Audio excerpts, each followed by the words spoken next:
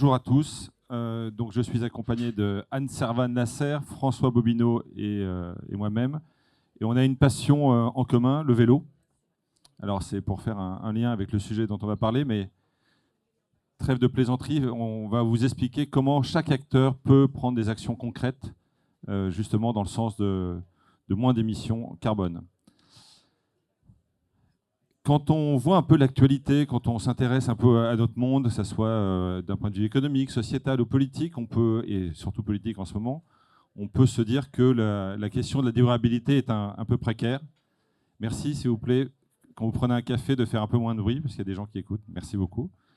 Donc on peut s'imaginer, on peut croire que la question de la durabilité est un peu précaire, mais pas du tout. C'est un sujet qui est très important. C'est-à-dire qu'on sait que la situation de la planète est critique. On sait que le chantier est immense. Et ce n'est pas qu'une tendance, une tendance, c'est vraiment un sujet de fond. On voit qu'il y a de plus en plus d'entreprises qui mettent en place des actions, qui jouent la transparence sur la question environnementale. Alors vous me direz, mais pourquoi la publicité? Quel rôle la publicité peut jouer? La publicité, ce n'est pas forcément l'industrie qui est la plus polluante, qui émet le plus d'émissions carbone. Elle en émet beaucoup. Mais la publicité, elle a deux rôles majeurs. Le premier, elle va influencer et donner les tendances du marché. Et deuxièmement, la publicité, elle peut prendre des actions très concrètes, et on va en parler plus précisément après. Alors, on doit commencer quelque part, et aujourd'hui, on va juste en introduction vous présenter les actions qu'on a mises en place, nous, chez Index, et parce qu'on est persuadé que le partage, l'information, partager cette information, c'est un élément clé qui va dans cette direction. Alors, on a mis en place 5 piliers importants. Index est un exchange, c'est un SSP, donc on travaille grâce à des data centers et des serveurs. On a pris le parti d'avoir nos propres serveurs et notre objectif, c'est que 100% des data centers dans lesquels sont nos serveurs soient des data centers alimentés par de l'énergie propre ou renouvelable. On est à 93%, mais c'est un objectif qu'on doit atteindre. Un deuxième objectif, c'était d'être plus efficace. Donc en 2021, l'entreprise qui appartient toujours à son fondateur, Andrew Casale, a pris la décision de redessiner l'architecture de l'exchange. Alors c'était une décision forte, mais ce qu'on voulait faire, c'était gagner en efficacité. Et en gagnant en efficacité, on est réduit de 40% la consommation d'énergie par enchère. On gère 500 milliards d'impressions par jour, donc c'est colossal. Le deuxième élément, c'est qu'on a souhaité sourcer des serveurs et de l'informatique beaucoup moins énergivores. Donc là aussi, on a réduit de 20%. Troisième élément, c'est qu'on a décidé en 2021 de supprimer ce qu'on appelle les intermédiaires, les resellers et les MFA. Et c'est un impact économique très important. On a supprimé des dizaines de millions d'euros de revenus. Alors, on est une entreprise privée, donc il n'y a pas d'impact sur la bourse. Mais c'est une décision stratégique importante. Donc, on a le chemin d'accès le plus direct possible à la supply. Et c'est un élément important pour les agences. La collaboration avec l'industrie, c'est un élément clé. Et c'est pour ça qu'on va parler de ce sujet tous les trois ensemble, avec les associations, le Tech Lab, et on a souhaité depuis très longtemps s'investir dans la rédaction des standards du marché. Les standards, c'est là pour donner un cadre. Et il y a des standards qui sont très importants dans la programmatique, qui s'appellent le add.txt, Seller.json et plus récemment l'OpenRTB 2.6. Et tous ces standards sont là justement pour limiter et pour gagner en efficacité et en transparence. Donc on est très impliqué à ce niveau-là. Les opérations commerciales, alors c'est pas paraître anecdotique, moins de goodies, le sourcing local, la mobilité douce, limiter le nombre d'allers-retours avec les gens du siège vers l'Europe, réutiliser le matériel lors du salon. Au Demesco, on a le même matériel sur le stand depuis 3 ans et on le réutilise. Et dernièrement, le dernier point, c'est soutenir les employés dans la mobilité, dans les actions, dans le cadre d'associations, etc. Donc voilà les 5 piliers qu'on a mis en place. Les 3 premiers sont des piliers majeurs dans la structure d'Index. Donc voilà. Ah non, c'est pas celui-ci. Je reviens en arrière. Comment on fait pour revenir en arrière? Bouton rouge. Voilà. On va passer à la deuxième partie. Bonjour Anne Servan, bonjour François. Bonjour. Vous pouvez peut-être vous présenter rapidement, si vous voulez. Avec plaisir. Anne Servan-Nasser, je suis Sustainability Lead pour le groupe WPP. Je dirige également une de ces agences, à savoir Studio M. Et bonjour tout le monde. Donc, François Bobineau, je m'occupe du développement commercial chez Scope 3 sur le marché français. Alors Anne Servan, tout d'abord pour commencer, quelle est votre définition de la durabilité dans l'environnement publicitaire et qu'est-ce que ça signifie pour vos clients, les marques? Effectivement, la définition d'une publicité plus durable, pour moi, elle revêt 2 parties. La première partie, c'est évident, mais c'est le message publicitaire en lui-même. Alors, je ne vais pas rentrer dans le débat sur quel type de produit on peut promouvoir pour la planète, ce sera un peu trop long. Mais le contexte dans lequel on va faire cette publicité et le message publicitaire qu'on va adresser est hyper important. Aujourd'hui, on a un enjeu très fort, les marques, les annonceurs, les médias, et on a un pouvoir très fort. C'est quoi faire de la publicité? C'est influencer les consommateurs, c'est influencer la société. Et donc aujourd'hui, on a un pouvoir, à travers les milliers de contenus qu'on crée en permanence, de pouvoir influencer la société dans cette transition environnementale. Chez WPP, on a décidé de faire part de la Convention des entreprises pour le climat. Et la question qu'on s'est posée cette année, c'est comment on va pouvoir dessiner des nouveaux imaginaires qui vont rendre la transition environnementale désirable. C'est tout un sujet, hein, parce qu'aujourd'hui, on voit, pour certaines personnes, la transition écologique peut être perçue comme punitive. Mais quand on veut faire des changements de comportement au niveau sociétal, il faut rendre désirable cette transition écologique. Et ça, en tant que publicitaire, on a un pouvoir, en tant qu'annonceur, on a un pouvoir de, à travers nos publicités, promouvoir de la mobilité plus douce, promouvoir une alimentation moins carnée. Donc ça, c'est un sujet qu'on doit adresser dans nos publicités. Le deuxième volet, hyper important, c'est comment on va comprendre l'analyse de cycle de vie d'une campagne publicitaire pour pouvoir diminuer son impact environnemental, que ce soit sur les sujets de conception, de production et également de diffusion du message. Et donc ça inclut évidemment des sujets de mesure hyper importants pour pouvoir voir par la suite comment on peut le réduire. Alors, comment le groupe aborde-t-elle la durabilité pour ses clients au niveau des campagnes numériques, plus précisément? Effectivement, au niveau des campagnes numériques, il y a pas mal de choses à faire. Alors, je vais quand même prendre le fait qu'il y a les sujets de production de la campagne qui sont hyper importants. Au sein de WPP, 12% de nos émissions carbone sont liées aux sujets de production. Donc, les sujets de tournage, les sujets de shooting. Et aujourd'hui, il y a des choses à faire autour de ça. Il y a aussi des arbitrages à faire aussi côté annonceur sur ces sujets au niveau budgétaire. Par exemple, quand on va décider de dire bon, ok, soit tu tournes en Afrique du Sud, soit tu tournes à Paris, bon, il y a des impacts budgétaires de 20-30% sur ces sujets. Donc, il faut pouvoir être en capacité de se dire, ok, c'est quoi ma priorité sur ce sujet et avoir un arbitrage. Et puis, la chose la plus importante sur l'impact environnemental, au sein de WPP, plus de 50% de nos émissions carbone sont liées à la diffusion média. Donc ça veut dire pour les annonceurs, quand on prend l'analyse de cycle de vie d'une campagne, c'est vraiment sur le média que ça va se jouer. Donc comment on va pouvoir vraiment analyser l'impact environnemental des campagnes, qu'elles soient digitales, qu'elles soient offline, mais des campagnes digitales. Donc vraiment le sujet de la mesure, ça va être le premier levier. Et donc chez GroupM, on va avoir des outils et des partenaires qui vont nous permettre de mesurer tout ça afin de pouvoir par la suite identifier des leviers de réduction. Merci, c'est une très bonne transition. Bonjour François, donc François, tu es de chez Scope 3, qui est un pionnier justement de la mesure environnementale dans le cadre des campagnes digitales. Est-ce que tu peux nous dire justement comment vous faites pour mesurer cet impact? Donc le sujet de la mesure, en fait, c'est un sujet qui est assez complexe. Et le fait de dire qu'une campagne, par exemple sur YouTube, a généré 8 tonnes de CO2, telle campagne en programmatique a généré 5 tonnes de CO2, effectivement, ça pose la question de la méthodologie. Quels sont en gros les paramètres, les métriques qu'on a pris en compte pour donner un score carbone. Donc c'est vrai que pendant assez longtemps, ça a été sujet à débat. Pourquoi tel partenaire va prendre en compte tel paramètre? Pourquoi un autre partenaire va prendre en compte tel paramètre? Aujourd'hui, chez Scope 3, en fait, on pense que il n'y a plus forcément de débat sur cette partie méthodologie. Pourquoi? Parce que tout simplement, il y a une méthodologie globale qui est arrivée il y a quelques mois, qui s'appelle anciennement le GARM, maintenant le GMSF, pour Global Media Sustainability Framework. Donc, en gros, la Fédération mondiale des annonceurs, à Net Zero, voilà. Scope 3 également, on s'est posé autour de la table pour réfléchir à une méthodologie globale. Et donc ça, c'est un vrai pas en avant pour l'industrie, parce que ça pose les bases, ça pose un socle commun, ça définit un petit peu les garde-fous également pour la méthodologie. Donc c'est vrai qu'on pourrait parler pendant des heures de la méthodologie de Scope 3, quels sont tous les paramètres qu'on prend en compte, le fait qu'on se base sur de la donnée contribuée. Mais en fait, je pense que ce qu'il faut retenir, c'est qu'aujourd'hui, il y a une méthodologie globale. Et chez Scope 3, on a décidé d'intégrer cette méthodologie dans la plateforme pour laisser le choix aux utilisateurs, donc aux agences, aux annonceurs, mais aussi aux éditeurs, de sélectionner la méthodologie qu'ils souhaitent utiliser pour mesurer l'empreinte carbone de leur campagne. Donc on a un cadre pour mesurer, donc on sait exactement où on en est. Alors maintenant, quelles sont les actions concrètes qu'on peut prendre, je ne sais pas, peut-être immédiatement, enfin les annonceurs et les agences peuvent prendre maintenant? Oui, alors c'est vrai qu'il y a un ensemble d'actions qu'on peut prendre, enfin que les agences peuvent prendre. C'est vrai que quand on réfléchit aux actions concrètes tout de suite, on peut aussi penser à certaines best practices que l'industrie a poussées pendant un certain nombre d'années.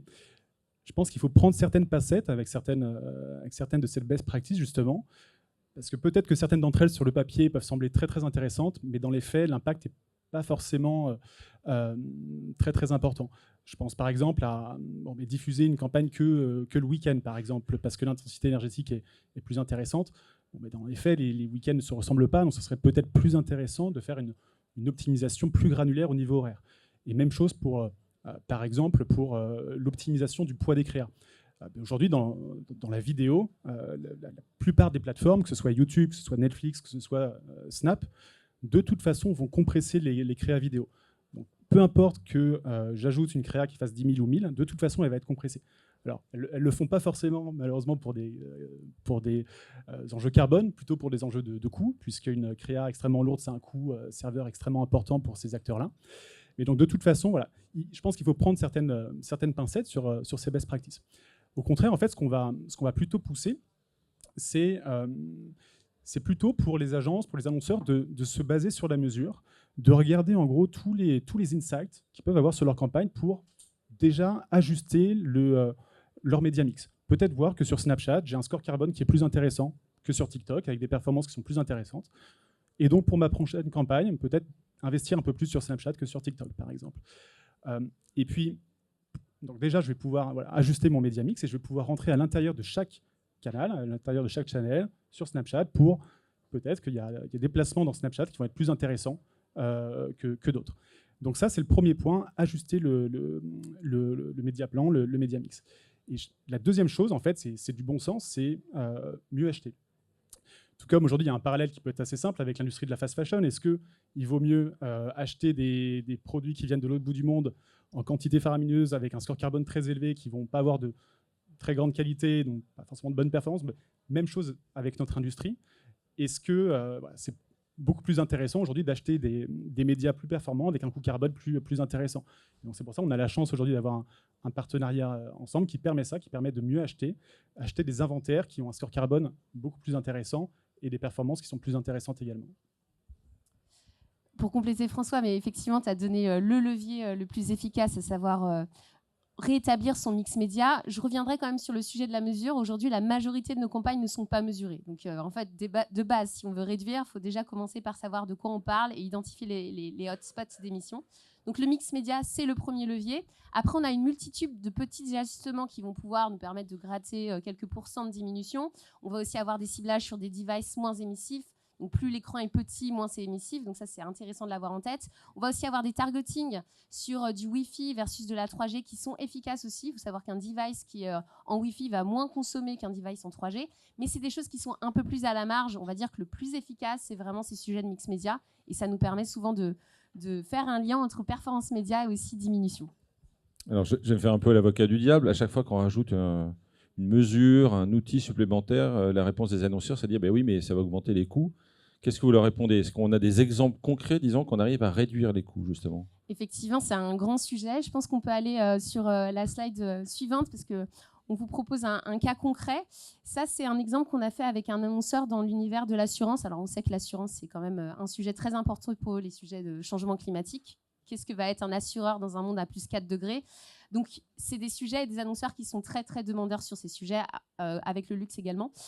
Donc là, on a optimisé une campagne via un algorithme qu'on a fait maison, basé sur la data de Scope 3. On a fait cette campagne où on a regardé sur quel domaine étaient les plus émissifs en fait en termes d'émissions carbone. Donc en vert, vous avez les domaines qui sont les moins émissifs. Puis plus on va vers le bleu, plus on est sur des domaines qui sont davantage émissifs. Donc ça rejoint totalement le sujet du mix média et de bien choisir son environnement de diffusion. Et donc là, on a fait cette campagne avec une campagne contrôle. Sur la campagne classique contrôle, 15% de la campagne a été diffusée sur les domaines en vert, donc les moins émissifs. Et avec notre algorithme, on a pu optimiser ça à 75% de la diffusion de la campagne qui a été fait sur les domaines les moins émissifs. Donc ça nous a donné deux choses hyper intéressantes. Déjà, évidemment, on a diminué l'empreinte carbone de la campagne de 21 points. Mais surtout, en fait, on a diminué grandement les impressions inutiles. Donc, toutes les impressions à moins de 3 secondes ont été effacées. Et donc, on a multiplié par 2 le taux d'attention. Donc, on a vraiment augmenté le CPM attentif. Et donc là, on est dans un cadre hyper intéressant. On arrive à allier à la fois diminution de l'empreinte environnementale et puis augmentation des performances. Je ne peux que aller dans ce sens. C'est vrai que c'est ce qu'on observe systématiquement. En fait, dès que l'optimisation carbone elle est faite intelligemment, on voit une amélioration des performances. Nous, de notre côté, récemment, on a publié une étude avec l'ANA, l'Association nationale des annonceurs, avec des annonceurs comme Coca-Cola, Mondelez, General Motors, qui montraient exactement la même chose. Déjà, l'optimisation carbone fonctionne, notamment via des outils, des deals bas carbone avec Index notamment, permettant d'aller chercher un moins 30% par exemple de diminution carbone. Mais en plus de ça, les objectifs, les KPI médias et performances des annonceurs se trouvaient améliorés à chaque fois. Alors, l'innovation, c'est un facteur de croissance, mais aussi un facteur d'évolution. On parlait tout à l'heure de OpenRTB 2.6 et on a fait une étude ensemble en disant qu'en utilisant ce protocole, on pouvait réduire de 82% le nombre de bid requests, donc c'était très important. Quelles sont pour vous les innovations que vous voyez à l'horizon assez court, qui vont justement avoir un impact très important par rapport à cette problématique ? Je vais revenir encore sur la mesure, mais c'est tellement la base. Donc, on est dans un univers qui est en train de se consolider sur les sujets. Les méthodos sont de plus en plus fines. Donc, déjà, la première innovation, c'est d'avoir de la data qui est correcte, efficace et précise, sur laquelle, derrière, on va pouvoir avoir un terreau fertile à des innovations technologiques, notamment algorithmiques, de SPO, pour pouvoir effectivement, à travers des nouveaux algorithmes, vraiment identifier quels sont les hotspots et donc automatiser l'optimisation des campagnes. Donc ça, c'est la première chose évidente.